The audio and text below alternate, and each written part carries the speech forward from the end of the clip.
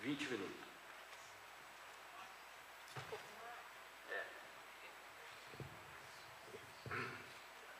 Bom dia, companheiros e companheiras. Bom dia. Não é possível ficar mais claro a plenária? É ruim ficar falando com as pessoas sem a gente enxergar. Nós não estamos dando nenhum show aqui, né? Está me ouvindo lá em cima? Se é possível aumentar a luz do plenário. Assessoria, por favor. Bem, me alegro muito de estar aqui com vocês. Cumprimentos a coragem da CUT e dos movimentos sociais em criar esse espaço de contraponto àquela baboseira que estão fazendo lá na PUC, que é a fina flor do pensamento direitista gaúcho, que se reproduz também em espaços semelhantes a nível de Brasil, agora articulados num instituto chamado Millennium, que reúne o que tem de pior da imprensa brasileira e mais subserviente aos interesses do capital e do imperialismo americano, e que tem se reunido em diversas capitais do Brasil para fazer apologia do que eles vêm fazendo há 500 anos, que é como melhorar a exploração do povo brasileiro. Então, acho que foi muito pertinente criarmos esse espaço alternativo para justamente reunirmos a militância social aqui do Rio Grande e, ao mesmo tempo, criarmos espaços na opinião pública para refletirmos sobre os verdadeiros problemas que a nossa sociedade enfrenta. E é sobre eles que eu queria trazer algumas reflexões.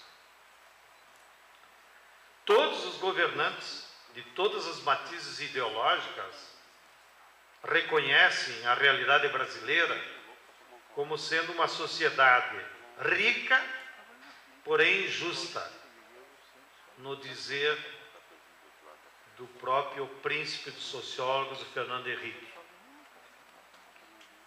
E nos alegramos muito com movimentos sociais que agora o governo Dilma tenha incorporado essa mensagem de que não se pode mais falar em país rico se ainda houver pobreza, porque são antagônicos. Portanto, é urgente e necessário que os movimentos sociais, a academia, as pessoas, a opinião pública, o povo brasileiro, discuta, na verdade, quais são os problemas históricos da nossa sociedade que transformaram a sociedade brasileira numa sociedade tão desigual e tão injusta, porque é disso que se trata.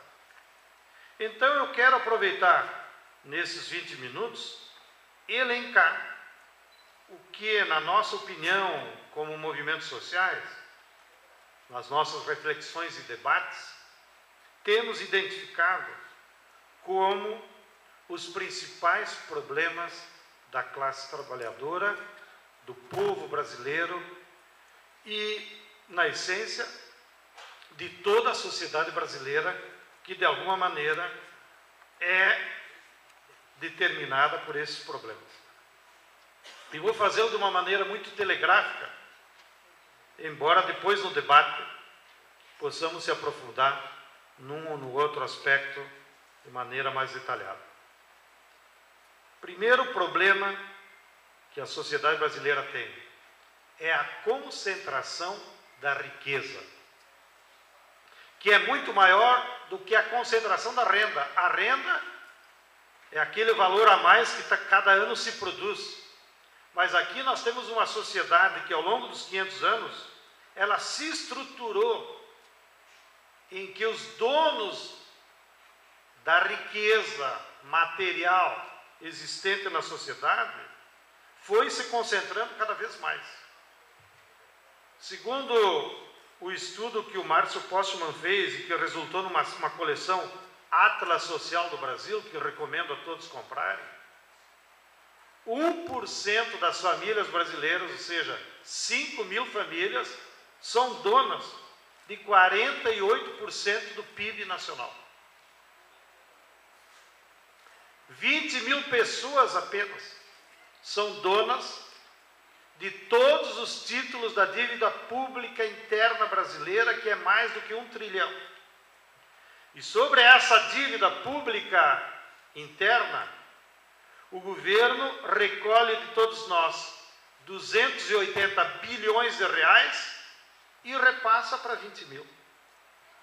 Então, o próprio sistema tributário e o sistema de dívida pública e superávit se transformou em um mecanismo violentíssimo de concentração de riqueza. E, de outro lado, lá no pé da pirâmide, nós temos 40 milhões de pessoas que só conseguem se alimentar porque o governo dá uma Bolsa Família. Que é bom porque os mantém vivos, mas é indignante, porque as pessoas se transformaram em uma condição de párias da sociedade, que só conseguem se alimentar porque o Estado dá uma ração mensal com o nome de Bolsa Família. Essa mesma concentração de riqueza aparece na propriedade da terra e dos minérios. Aquele 1% que são donos das fábricas, do comércio, são também os donos das terras. Coincide, inclusive, 1% dos proprietários do Brasil são donos de 46% de todas as terras. 15 mil fazendeiros no Brasil, aqueles que têm fazendas acima de 2 mil hectares, sozinhos têm 100 milhões de hectares no Brasil. 15 mil famílias. É como se a Europa inteira fosse de propriedade de 15 mil famílias. Seria um absurdo? Pois é, o que acontece no Brasil. Não? E essa concentração de riqueza aparece também nas empresas. Nós temos milhões de pequenas e médias empresas no Brasil, que aliás são as que dão emprego. Casualmente, vindo ontem para cá, olha a manchete do jornal Valor. As 100 maiores empresas brasileiras tiveram um volume de negócios de 1 trilhão, portanto, corresponde a 33% do nosso PIB. 33% do volume de riqueza negociado no Brasil está na mão de 100 empresas. E isso resultou para elas um lucro de 197 bilhões.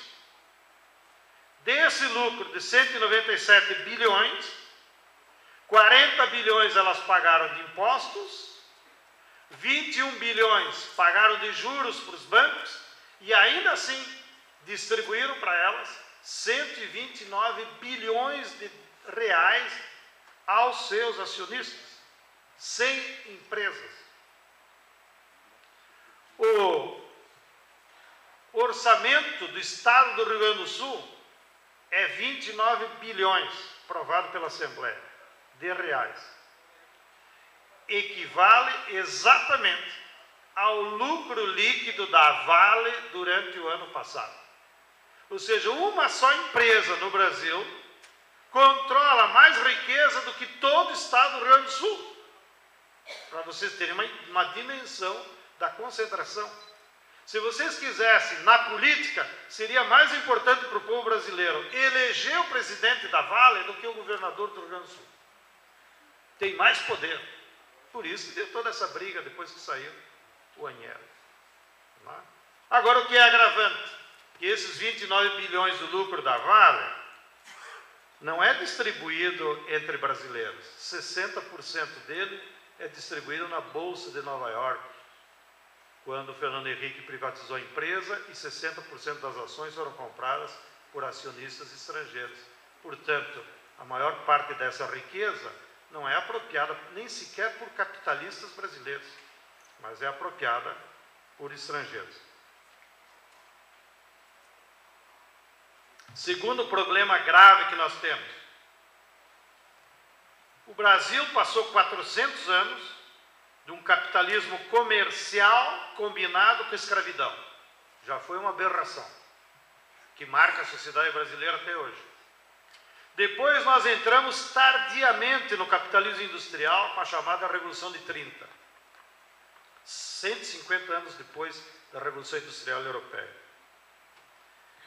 E, como disse o nosso querido Celso Furtado, talvez tenha sido o único país que desenvolveu um parque industrial sem estar voltado para o mercado interno. Todas as outras revoluções industriais foram feitas para resolver o problema das mercadorias que a população necessitava. Aqui no Brasil, não. Nós entramos para o capitalismo industrial voltado para a necessidade do império, das empresas transnacionais que vieram para cá, e não para as necessidades da população. E agora, da década de 90 para cá, nós ingressamos numa nova fase subordinada do capitalismo, que é o domínio do capital financeiro. Portanto, a maior parte dessa riqueza produzida pelo povo brasileiro, ela é acumulada pelos bancos, pelo setor financeiro. E, portanto, não se reproduz na forma de novos bens e mercadorias. A taxa de juros que o governo paga aos bancos é a mais alta do mundo, 12,5%. Mas mais do que isso, os bancos cobram do comércio, em média, 48% ao ano, e os consumidores incautos que compram geladeiras ou ficam devendo no cartão de crédito chegam a pagar 100% de juros por ano. Mas esse tipo de taxa nem no inferno se pratica mais. Não? Ou seja, não há nenhuma justificativa econômica, política ou moral para os bancos praticarem taxas tão expoliativas como acontece aqui no Brasil. E isso só acontece, basta vocês entrar no Tribunal Superior Eleitoral, que os bancos são os maiores financiadores das campanhas eleitorais desse país, em todos os níveis e de todos os partidos, que é a maneira que eles têm de se proteger os seus interesses financeiros. Então, nós temos que controlar o sistema financeiro brasileiro, porque ele é uma das causas fundamentais dos problemas que se acumulam na sociedade. Vou mais rápido. Nós temos o problema da condição do trabalho, que certamente o Vitor vai se referir. É verdade que durante o governo Lula nós aumentamos o número de carteira assinada e aumentamos o nível de emprego.